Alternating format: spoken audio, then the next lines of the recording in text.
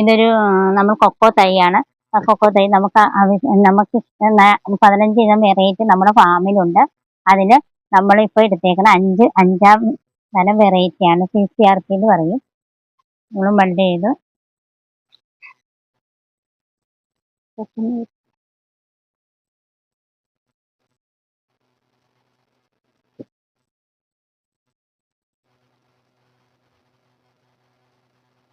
bud ചെയ്ത്